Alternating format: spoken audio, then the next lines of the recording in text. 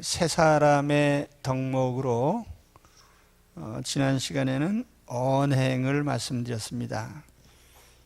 오늘 두 번째는 도둑질하지 말라라는 말씀인데, 주로 재물을 어떻게 취급하느냐, 재물을 취급하는 태도에 대해서 말씀을 합니다.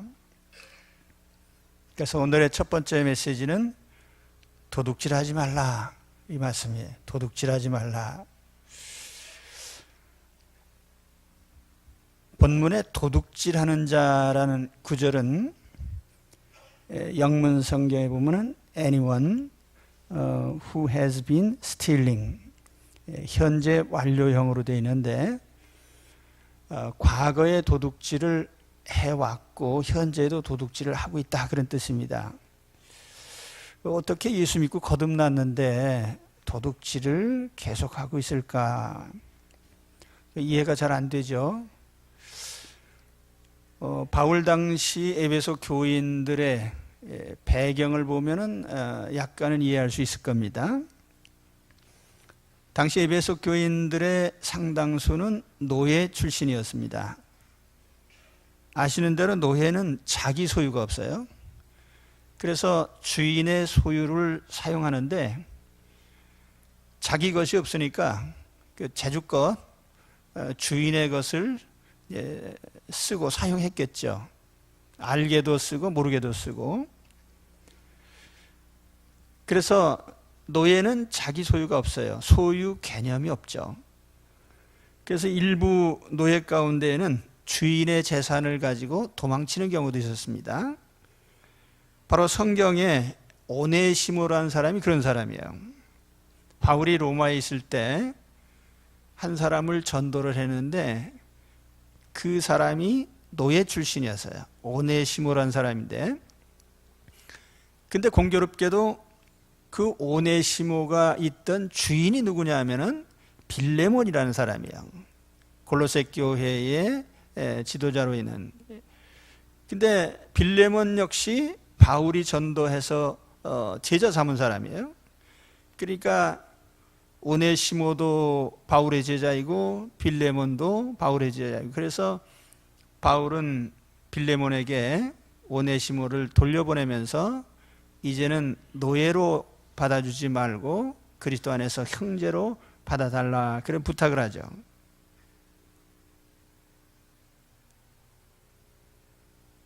그리스도인들은 이 소유 개념이 분명해야 됩니다. 남의 소유를 함부로 침해해서는 안 되죠. 우리가 도둑질과 관련해서 분명히 해야 될 것이 소유권의 개념인데, 사람마다 정당하게 획득한 소유가 있습니다. 그것은 부동산이 될 수도 있고 금융자산이 될 수도 있고 일반 재물이 될 수도 있습니다. 요즘은 무형해체화, 예를 들면 지적재산권 같은 것도 법률적으로 보호가 됩니다. 소유권이라고 하는 이 권리에 대해서 그 장자크 루소 같은 사람은 이런 개념이 가진 자로부터 유래됐다, 이렇게 주장을 했어요. 사실 아무것도 없는 사람은 소유권이라는 걸 주장할 필요도 없죠.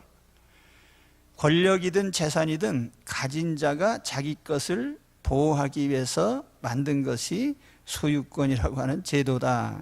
그러니까 루소는 이제 전반적으로 그런 인식을 가지고 있었는데, 그런 관점에서 보면은 노예가 재산이 됐든 뭐가 됐든 주인의 소유는 노예들이 다 힘써 일해가지고 일궈준 것들이거든요. 그러니까 이거 우리가 죽도록 일해서 만든 재산인데 좀 쓰면 어때? 이런 생각도 가질 수 있어요.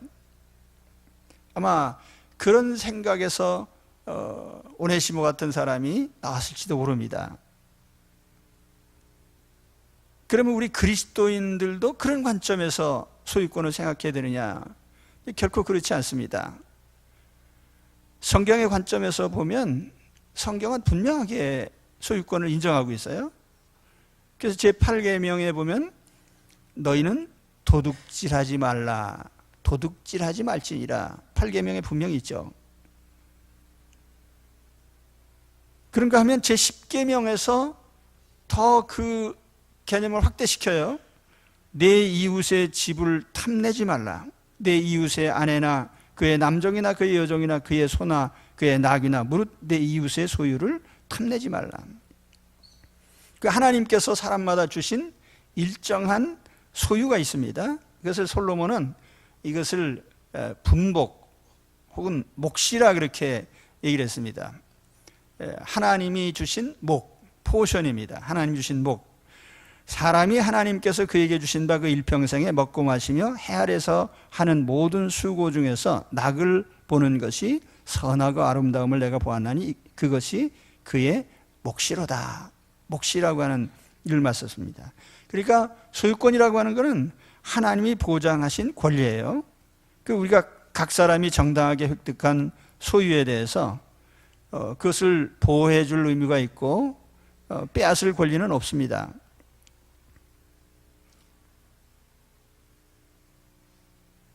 도둑질과 관련해서 우리가 그 도둑질의 범위, 도둑질의 개념, 이것도 생각해 볼 필요가 있어요.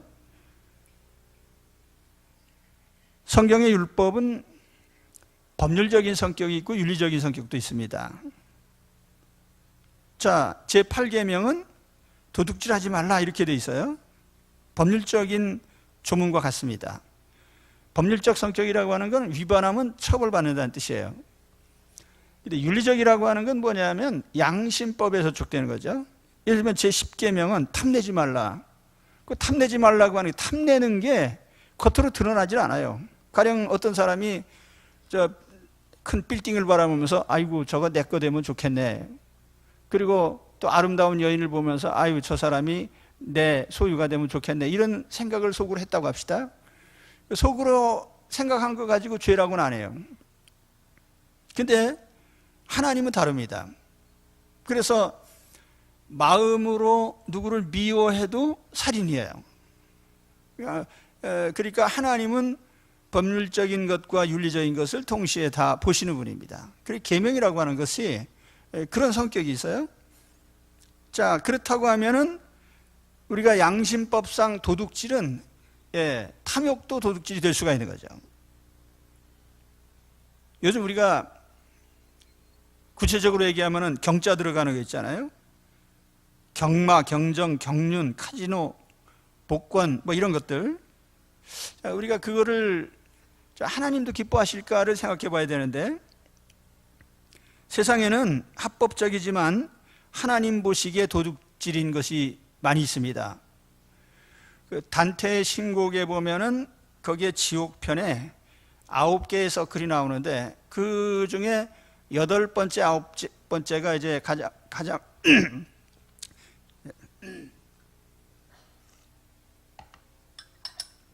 고약한 사람들이 가는 그런 지옥인데, 거기에 보면은 도둑놈, 사기꾼, 화폐 위조범, 뭐 기타 등등 이런 사람들이 거기에 다 가 있어요. 그래서 제가 그걸 보면서 월스트리트에 있는 금융업자들이 단테가 말한 8번째 지옥에 많이 가 있겠다. 그런 생각을 좀 했습니다. 보험업자들, 죄송합니다. 여기 혹시 해당 사항이 있는 분들이 계실지 모르겠지만은 경제 위기를 겪는 나라에 가서 기업을 헐값에 아주 싼 값에 뭐 후려치기죠. 그래서 기업을 인수해서 비싼 값에 되팔고 몇 배나 비싼 이자로 돈을 빌려줍니다. 사실 경제 위기를 겪는 나라는 갚을 능력이 없거든요. 그러면 싼 이자를 줘야지 거기다 비싼 이자를 받아먹는 게 이게 도둑놈이지 그 아닙니까?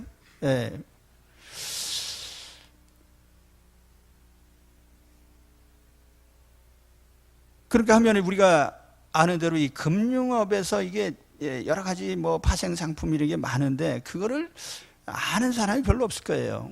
어떤 구조에서 이런 이자율이 나오고 이렇게 돌아가는가. 늘 말씀드리지만 저는 보험금을 산정할 수 있는 사람, 보험료가 무슨 근거로 책정이 된 것인지 그거에 접근해서 알 수 있는 사람은 거의 없을 거예요. 근데 아무튼 보험회사들 보면은 요충지에 거대한 빌딩들을 다 갖고 있거든요. 보험이라는 것은 본래 그 손실 처리가 되는 것인데, 보험을 뭐 되돌려준다고 하면서 모집을 해가지고 대부분 중도해지거든요. 중도해지면 다 떼먹어요. 보험 얘기하려고 하는 게 아니고 하여튼 도둑놈이 많다 그런 얘기죠. 근데 그 법률적으로 다 그렇게 적어놨기 때문에 그거 뭐 뜯겨도 아무 소리도 못하는 거죠. 그래서 금융업자들 가운데 잘못하면은 단때가 말한 8번째 지옥에 많이 가실 겁니다. 도둑질이라는 것은 남의 소유를 정당하지 못하게 빼앗는 모든 행위예요.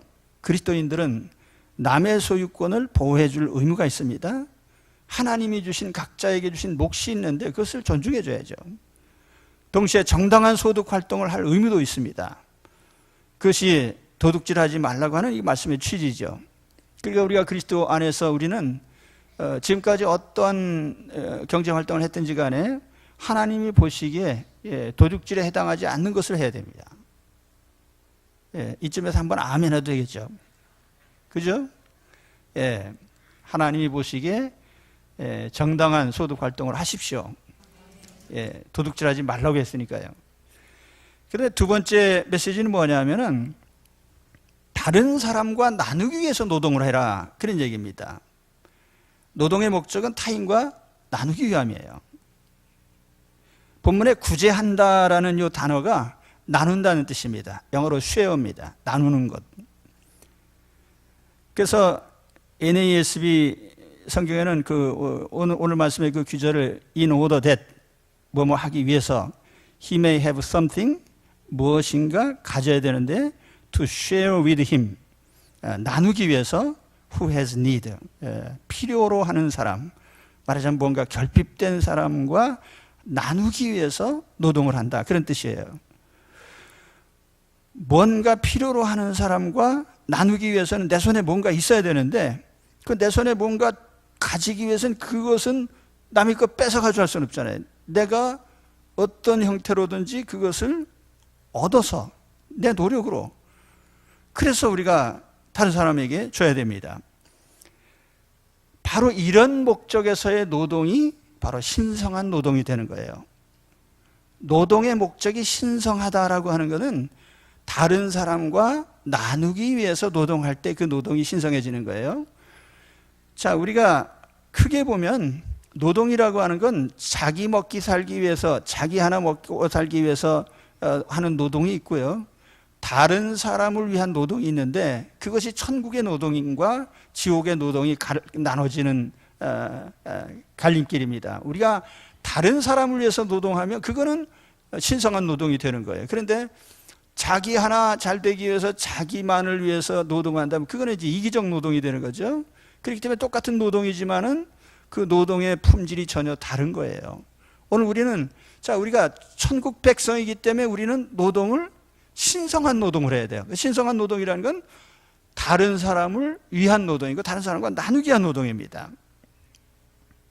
할렐루야. 많은 사람들이 죽도록 일하잖아요. 새벽부터 늦게까지, 시편의 말씀처럼. 근데 그것이 헛되단 말이에요. 헛돼. 공허한 일이다. 공허하다는 건 아무 소득도 없고 결과물이 없다는 거죠. 왜냐하면 이기적이기 때문에요. 자, 왜 죽도록 일합니까? 네, 먹고 살기 위해서 일합니다. 되게 그렇게 대답하죠.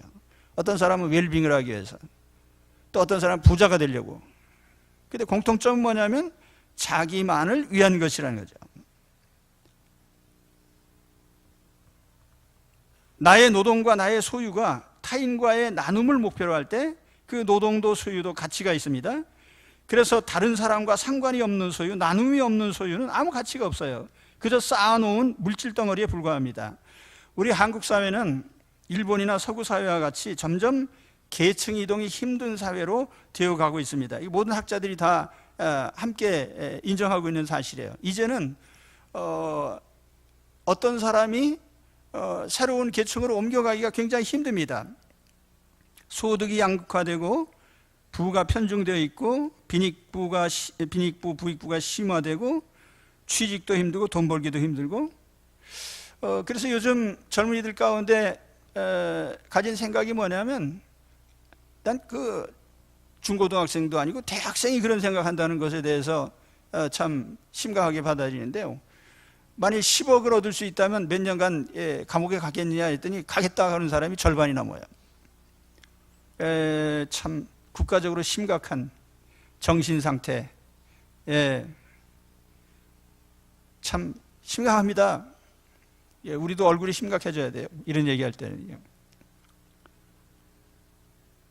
그래서 좋은 대학 나와서 뭐 취직하는 것보다 훨씬 더 복된 사람이 누구냐라고 물으면 좋은 아버지 만난 사람, 특별히 부자 만난 사람, 부자 아버지 둔 사람이 제일 복된 사람이다, 이런 식으로 이제 얘기를 하는 겁니다.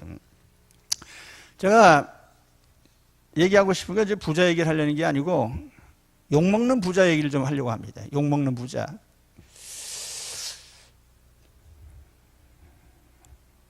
우리나라와 미국이 다른 게 뭐냐면, 미국은 부자를 그렇게 그다지 욕하지 않습니다. 우리나라는 부자를 대부분 적개심을 가지고 욕을 하죠. 최근에 우리나라에 보면은 재벌집 자녀들이 하는 행동 때문에 스트레스를 받아요, 국민이. 술망나니 짓을 하고, 다 30대가 되면은 그래도 사람이 반듯한 그런 인격자가 돼야 되는데, 술 먹고 아나무인의 행위를 하고, 그렇게 하면 회사의 높은 자리에 앉아서 갑질하고 앉아 있고, 그래서 이 문제예요. 제가 보기에는 우리나라 재벌도 이제는 이 족벌 경영을 하지 말고 전문 경영 체제로 가야 되고, 또 되지도 않는 인물을 혈족이라고 해서 경영자의 자리에 앉혀놓아서는 절대로 안 됩니다. 돈은 소유하는 데서 존경받는 게 아니고 올바로 사용할 때에 존경받게 돼 있어요. 그래서 돈이라는 것은 사용에 따라서 품질이 결정됩니다. 그렇기 때문에 우리의 노동은 소유를 목적으로 하는 것이 아니에요. 나눔을 목적으로 하는 겁니다. 그래 신성한 노동이 되는 거죠. 제가 미국 부자들 얘기를 좀 해야 되겠는데, 미국 부자들은 자신의 소유를 기부하고 나누는 전통이 있습니다. 그래서 왕년의 부자였던 카네기라든지 록펠러라든지 최근에 빌 게이츠나 소로스 같은 이런 부자들이 굉장한 기부자들이에요. 또 유명한 배우나 연예인들, 당연히 돈을 벌면은 일정 부분은 그냥 의무적으로 나눕니다. 미국의 유명 대학들이요, 기부금이 엄청나게 많아요.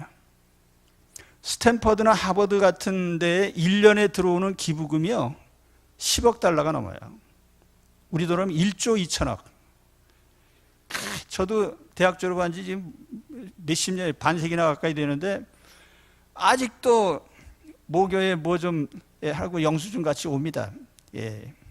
지로 용지가 와요. 근데 사실은 학교의 미국의 이런 대학들은 기부자들이 그냥 푼돈 터는 게 아니에요. 엄청난 돈을 기부를 합니다. 2017년도에 미국의 명문대학들이 소유한 기부금 펀드가 있어요. 말하자면 금융 자산이에요. 재산. 그거 보고 깜짝 놀랐어요. 하버드 대학이 가지고 있는 기부금 펀드 자산이 371억 달러예요. 우리 돈으로 45조 원. 무지무지한 부자죠. 그때 보니까 줄줄이 프린스턴이 238억 달러, 예일이 272억 달러, MIT가 148억 달러, 펜실베니아 대학이 122억 달러. 다 몇십조 단위예요, 전부. 재산이요. 저 기부금이에요, 기부금이. 최근엔 트럼프의 맞사이 쿠슈너가 하버드 대학에 기부금 입학했다 해서 약간 설왕설래 했는데요. 근데 재미있는 것은 그렇게 재산이 많은 미국의 대학이요, 기부금 입학을 허용한다는 거예요. 그래서 쿠시너도 그 아버지가 1,000억 넘는 돈, 1억 달러 넘는 돈을 학교에 기부를 했다고 합니다. 그래서 사람들이, 야, 니네 아버지가 기부 많이 했으니까 너 하버드 갔지? 근데 거기는 아무도 그 이의 제기를 안 해요. 우리나라 같으면 난리가 나죠. 예. 아마 그냥 청와대 앞에 그냥 촛불 집회 광장이 다 뒤집혔을 거예요. 근데 왜 미국은 그런 걸 다 용인을 하냐면 부자들이 어떤 몫을 하고 역할을 하기 때문이죠. 아시는 대로 빌 게이츠가 번 돈 다 서해로 도로 내놨잖아요. 빌 게이츠 재단이요. 오래 가지고 있지 말라고 해서 일정 기간 내에 다 쓰도록 그렇게 만들었어요.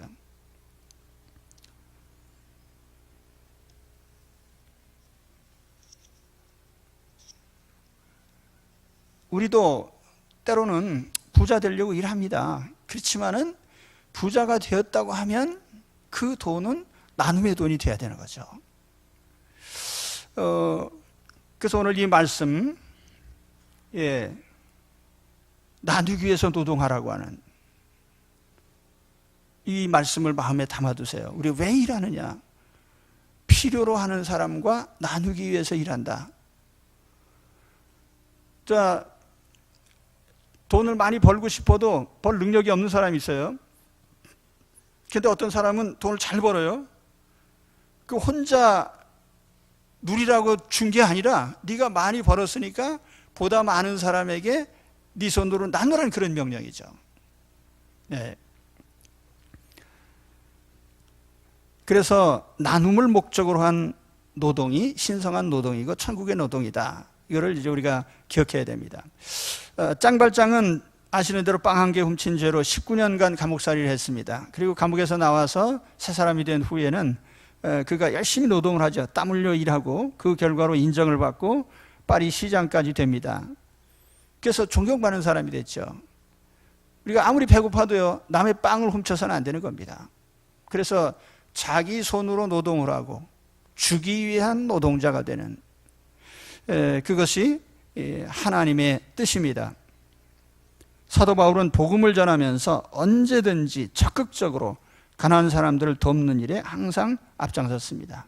그래서 우리 성경도 그래요. 우리 그리스도인들도 전통적으로 그렇습니다. 그리스도인 부자들은 항상 나눔을 위한 목적에서 신성한 노동을 한다. 그다음에 마지막 세 번째 메시지는 뭐냐면 자기 손으로 노동해라는 거예요. 남의 소유를 뺏어서 구제 활동할 수는 없잖아요. 내 소유로 해야 됩니다. 내 소유로 하려고 하면은 내가 노동해야죠. 그래서 너 노동해라. 노동하라 의무가 있어.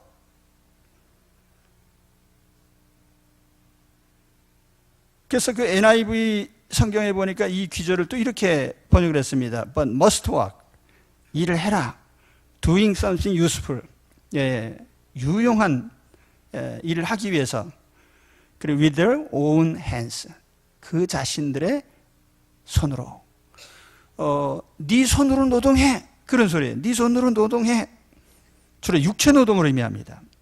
돈 버는 방법이 다양해요. 우리는 지금 금융자본주의 사회에 살고 있습니다. 그러다 보니까 육체 노동을 천시하고 돈으로 돈 버는 것을 매우 우월하게 생각하는 경향이 있습니다. 그러나 우리는 특별히 육체 노동에 큰 가치를 부여해야 돼요. 그것이 성경적이에요. 손쉽게 돈을 벌어서 구제하는 사람은 많지 않습니다. 되게 손쉽게 버는 사람들은 그저 허랑방탕한 데 쓰는 게 많아요.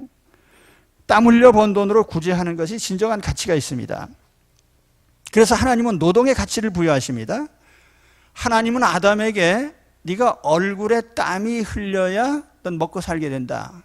그렇게 말씀하셨어요. 그 얼굴에 땀 흘리도록 일하는 것은 하나님의 뜻입니다. 예수님은 목수 일을 하셨습니다. 사도 바울은 천막 만드는 일을 했습니다. 한 번만 한 게 아니라 그는 지속적으로 그런 일을 하고 있었고 그런 기술을 가지고 있었어요. 랍비들은 어려서부터 직업 교육을 받습니다. 베드로 사도는 사도가 되기 전에 바다에서 고기 잡는 어부였습니다. 에베소 교인들의 상당수, 에베소가 상업도시였기 때문에 장사를 했는데, 장사를 한다고 해서 오늘날처럼 화이트 칼라는 아니에요. 여기에 에베소에 있는 많은 사람들은 몸으로 움직여서 돈을 버는 사람들이에요. 얼마나 많이 돈을 버는가, 그래서 구제하는가, 그게 문제가 아니고 어떻게 돈을 벌어서 구제하는가, 이게 중요한 관점이죠. 우리는 노동 가치를 통해서 번 돈으로 구제를 할 때에 그것이 훨씬 더 가치가 있다, 이렇게 오늘 말씀하는 겁니다. 세상 사람들은 육체 노동을 천시합니다. 머리 굴려서 먹고 사는 사람을 유능한 사람으로 인정하죠. 그래서 어른들도 그래요. 우리 아들은 뭐 대기업에 이렇게 다닙니다. 그러면 어깨를 으쓱하면서 이제 얘기를 해요. 근데 우리 아들은 좀 노동합니다. 그걸 또 어깨 으쓱하면서 얘기한 사람 없어요. 대개는 그저 넥타이 매고 돈 버는 걸 이제 훌륭하게 여기는데, 그냥 그것은 잘못된 거죠. 아마 제가 볼 때 우리에게 있는 그런 인식, 가령 뭐 서구 사회에는 직업에 대해서 그다지 그렇게 차별 안 합니다. 우리는 왜 그렇게 되나? 조선시대 산업공상이라고 하는 그 신분에 따른, 그래서 선비는 뭐 존귀하고 뭐 이런 인식이 있지 않은가? 하나님이 보실 때 귀한 직업은 땀 흘려 일하는 직업이에요. 몸으로 하는 노동. 우리가 농업이나 수산업이나 뭐 1차 산업들, 또 제조업에 종사하는 노동자들, 하나님 보실 때 귀한 거예요. 그 서비스업 가운데도 몸으로 봉사하는, 헌신하는, 일하는 사람들 있잖아요.